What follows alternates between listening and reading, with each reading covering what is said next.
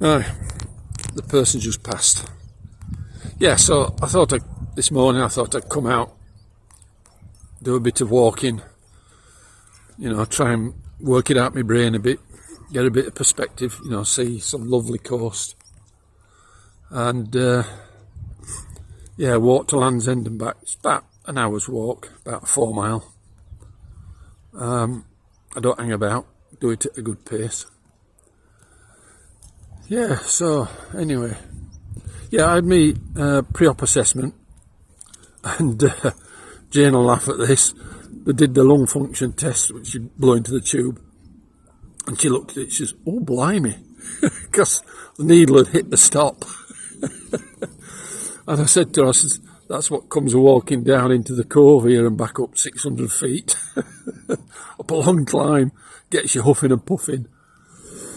Anyway, so everything went okay, ECGs and everything else. So I'll add this on, this last couple of minutes on at the end. I don't know if you can see, but Land's End is just over the hill there.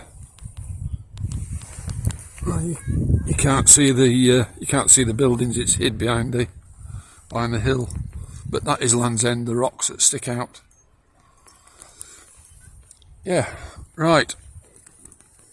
So I'll sign off from here. I've got the dog with me. So this will be part 2. Mr. Angry signing off. Well, not much you can do. I mean, we just got to take it as it comes and do what we can.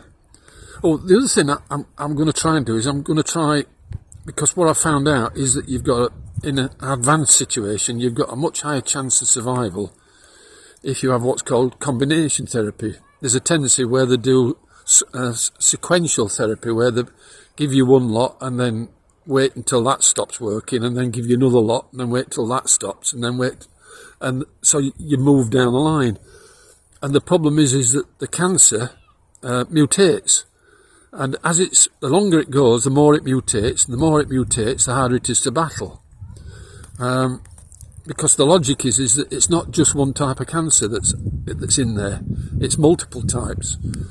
So you've got to hit it hard right at the start.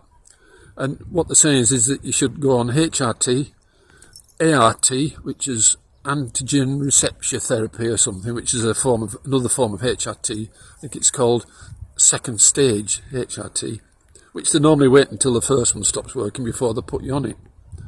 But then you might be, well, they call it palliative care. In other words, it's not going to make you survive, it's just keeping you going till you die. And of course, they spot treat the areas that they find with radiation, but of course the cancer cells are all over your body. So what they recommend is that you have chemotherapy. Now, I know that they've got me down for HRT and radiotherapy, and I'm going to have a battle. I'm going to be saying to the surgical oncologist, I want chemo at the same time. I'm young, I'm fit, I'm not suffering all the ill effects of 2 or 3 years down the line that I might be suffering. So while I'm fit, give me everything. Hit me hard. Knock it down. And apparently it's got something like either a 70 or 80% success rate doing it that way.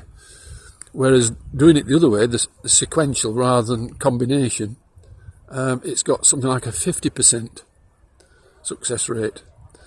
So I'm going to be, if I'm going to be talking it over with him and find out what his views are, and if he disagrees, I might say, "Oh, I want a second opinion," but I don't want to delay. I want to get started.